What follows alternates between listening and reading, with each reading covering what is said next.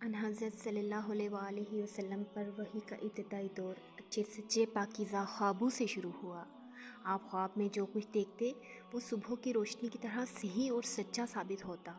پھر من جانب قدرت آپ تنہائی پسند ہو گئے اور آپ صلی اللہ علیہ وسلم نے غار حرا میں خلوت نشینی اختیار فرمائی اور کہیں کہ دن اور رات وہاں مسلسل عبادت اور یاد الہی ذکر و فکر میں مشغول رہتے۔ جب تک گھر آنے کو دل نہ چاہتا توشہ ہمراہ لیے ہوئے وہاں رہتے۔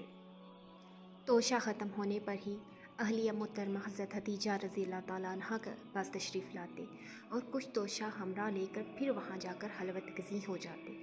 یہی طریقہ جاری رہا یہاں تک کہ آپ پر حق منکشف ہو گیا اور آپ غار حرا ہی میں قیام پذیر تھے کہ اچانک حضرت جبرائیل علیہ السلام آپ کے پاس حاضر ہوئے اور کہنے لگے کہ اے محمد پڑھو۔ آپ فرماتے ہیں کہ میں نے کہا میں پڑھنا نہیں جانتا۔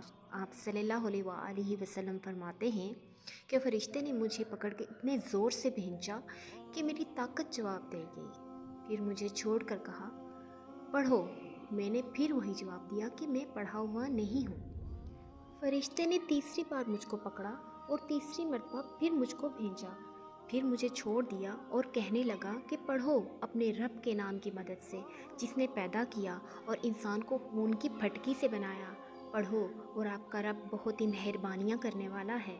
بس یہی آیتیں آپ حضرت جبرائیل علیہ السلام سے سن کر اس حال میں غار حرا سے واپس ہوئے کہ آپ کا دل اس انوکھے واقعہ سے کانپ رہا تھا۔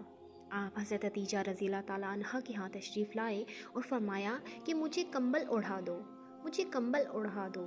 لوگوں نے آپ کو کمبل اوڑھا دیا۔ جب آپ کا ڈر جاتا رہا تو آپ نے اپنی زوجہ محترمہ حضرت حتیجہ رضی اللہ تعالیٰ عنہ کو تفصیل کے ساتھ یہ واقعہ سنایا اور فرمانے لگے کہ مجھ کو اب اپنی جان کا خوف ہو گیا ہے۔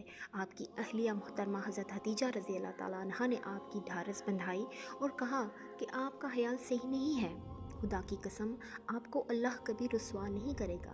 آپ تو اخلاق فاضلہ کے مالک ہیں، آپ تو کنبہ پرور ہیں، بے قصوں کا بوجھ اپنے سر پر رکھ لیتے ہیں، مفلسوں کے لیے آپ کماتے ہیں، مہمان نوازی میں آپ بے مثال ہیں اور مشکل وقت میں آپ امر حق کا ساتھ دیتے ہیں۔